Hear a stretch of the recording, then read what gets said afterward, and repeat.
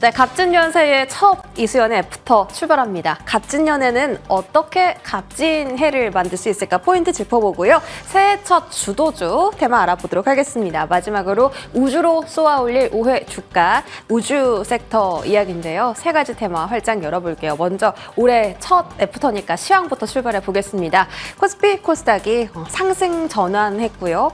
특히 코스피 같은 경우는 상승 탄력이 강하게 불어나고 있습니다. 오늘 반도체 투톱부터 제약바이오 덩치 큰 종목들까지 지수 끌어올리는 종목들 참 많은데 삼성전자가 오늘 장중 79,800원까지 터치하면서 올해 8만 원을 이제 넘길 수 있는 고지를 눈앞에 두고 있습니다. 장중 2,675포인트가 고점이고요. 고점 근처에서 거래 형성되고 있습니다. 코스닥은 아침부터 상승 확대하면서 오후장에 조금 더 탄력적인 움직임 나옵니다. 역시나 코스닥도 코스피와 마찬가지로 일중 고점 근처에서 거래되고 있죠. 1.2% 상승한 877포인트 지금 지나가고 있고 제약바이오, 특히 셀트리온 제약의 강세, 그리고 HLB 등등 시가총액이 큰 제약바이오 종목들이 지수 상승을 오늘 코스닥 쪽에서 이끌어주고 있습니다. 코스피 수급 확인할게요. 자, 수급적으로도 변화무쌍합니다. 외국인 기관이 동반 순매수 전환하면서 코스피 시장에 지금 수급 강하게 들어온 상태인데 외국인 기관 모두 다 오후 2시 기점으로 매도해서 매수 전환 확실하게 해줬고요. 특히 기관의 투자가 지금 많이 늘어나고 있는 상황입니다. 2천억 원대 순매수, 코스닥도 넘어가 보도록 하겠습니다. 코스닥 쪽에서도 지금 외국인의 투자가 확대가 되고 있는데 순매수가 11시 30분부터 포지션 변경된 모습 나왔고 기관 개인은 좀 매도하고 있지만 외국인이 지금 물량 다 받아주는 상황이라서 외국인이 오늘 시장에 수급을 좀 많이 유동성을 좀 풀어주고 있다 이렇게 해석해보시면 좋을 것 같습니다. 자, 그리고 올해를 좀 어떻게 보면 좋을까? 갑진년의 투자 포인트 한번 열어보도록 하겠습니다. 갑진해 만들 포인트 열어볼게요. 자, 올해 2024년 증시를 주도할 업종을 머니투데이 측에서 조사를 해봤을 때 가장 주목을 많이 받은 게 반도체 IT, 그리고 그 두 번째 섹터는 제약바이오 업종이었습니다. 이게 조사가 11월부터 작년 12월까지 된 건데 그때까지만 하더라도 제약바이오가 크게 이제 집중을 받지 못했는데 그때부터 투자자들은 이제 반도체와 제약바이오가 주목을 받을 거다라고 봤나 봐요. 그리고 12월 13일 이후로 이제 피벗 효과가 나오면서 금리 인하 수혜주로 인터넷 게임, 미디어 엔터, 그리고 자동차, 조선까지도 내년에 올해에 금리 인하 수혜를 받을 것으로 투자자들이 많이 분석을 했습니다. 그와 반대로 비중을 축소해야 될 종목 쪽에서는 은행이나 보험, 증권, 그리고 정유화학, 음식료 유통, 통신 부품주 섹터들이 좀 꼽혔는데 이쪽 섹터 한번 살펴보시고요. 투자 요망 국가도 미국보다 한국이 더 상승률이 높을 거다라고 삼성증권의 조사에 의하면 결과가 나왔습니다. 주식 매수 최적의 타이밍은 1, 2, 3, 4분기 중에 1분기가 이번 분기가 꼽혔고요. 금리 인하 시점은 미국에서는 2분기가 될 것이고 한은에서는 3분기부터 인하를 시작할 것이다라고 예측을 하고 있습니다. 그리고 국제경제 최대 위험 요인 중국 경기 둔화, 글로벌 경기 침체, 미국 대선 불확실성 등등이 있습니다. 이 세 가지 이슈도 시장 좀 전략 세우실 때 참고해 보시길 바라겠습니다. 자, 여기까지 올해 좀 투자 포인트 한번 알아봤고요. 이제 올해 첫 주도 섹터 알아보러 떠나야겠죠. 반도체 섹터가 그 주인공입니다. 앞서서 코스피 지수 지금 반도체 투톱이 끌어올려주고 있다라고 이야기를 드렸습니다. 반도체 수출 지표가 나왔는데요. 1년 3개월 만에 100억 달러를 돌파를 했습니다. 이게 전년 대비해서 조금 떨어진 거긴 한데 이게 작년 상반기에는 반도체 업황이 안 좋았잖아요. 이제 하반기부터 바닥 찍고 다시 사이클 회복하는 중이었는데 11월부터 플러스 전환한 후에 2달 동안 증가하고 있다라는 점이 중요한 겁니다.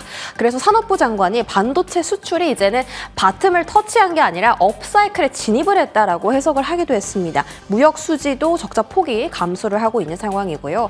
삼성전자, SK하이닉스가 올해 새해를 맞아서 시무식을 열었는데 거기서 이런 이야기를 했습니다. 생성형 AI로 디바이스 혁신을 일으키겠다.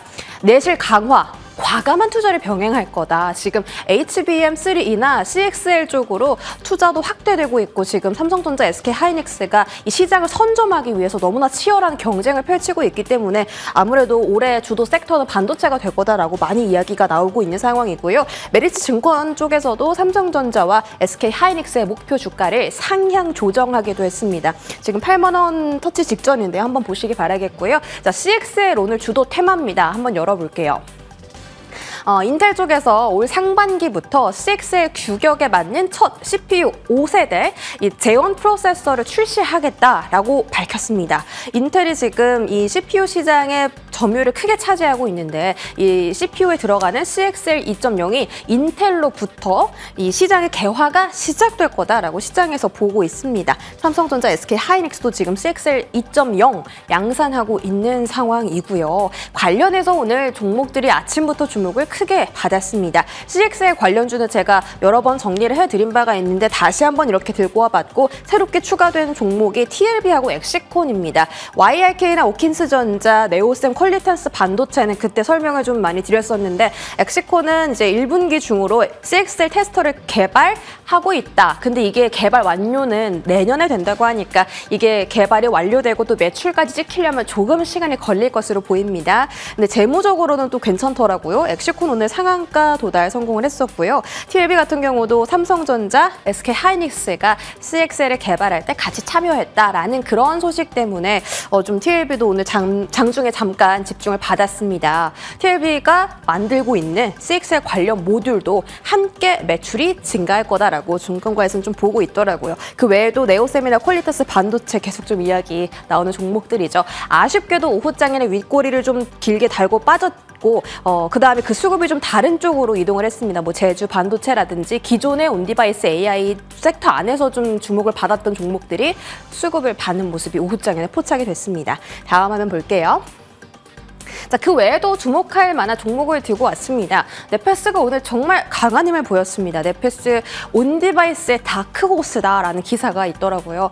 이 종목이 이제 지능형 반도체인 메티스 개발에 성공을 했는데 이게 그 삼성전자가 지금 밀고 있는 게 패키징 안에서 2.5D 패키징, 3D 패키징 밀고 있다고 했잖아요. 그 패키징 플랫폼이 메티스 안에 들어가 있고 또 네페스가 삼성전자랑 첨단 패키징 핵심 파트너사이기 때문에 패키징 쪽에서 좀 주목을 받을 수 있는 종목으로 네페스 들고 왔고 사실 최근에 주가 흐름이 상당히 강합니다. 추가적인 시세 나오는지 지켜보시면 좋겠고요. 레이크 머티리얼즈는 오늘 리포트가 나왔습니다. 하나투자증권 쪽에서 나온 리포트고 지금 적정 기업 가치가 1.56조 원인데 현재 시가총액이 1.25조 원 정도 되더라고요. 아직 한 2,500억 원, 3,000억 원 정도 시가총액이 더 넓어질 만한 가치를 가지고 있다라고 평가를 한 거죠. 본 사업인 전구체 사업 그리고 전고체 배터리 사업도 신사업인데 지금 잘 해나가고 있고 이미 배터리 기업들과 좀 컨택을 하고 있는 상황이래요. 레이크 머티리얼즈의 앞으로 주가 흐름도 기대해 보시기 바라겠습니다. 자, 현재 구간 CXL 관련주 종목 흐름 볼게요.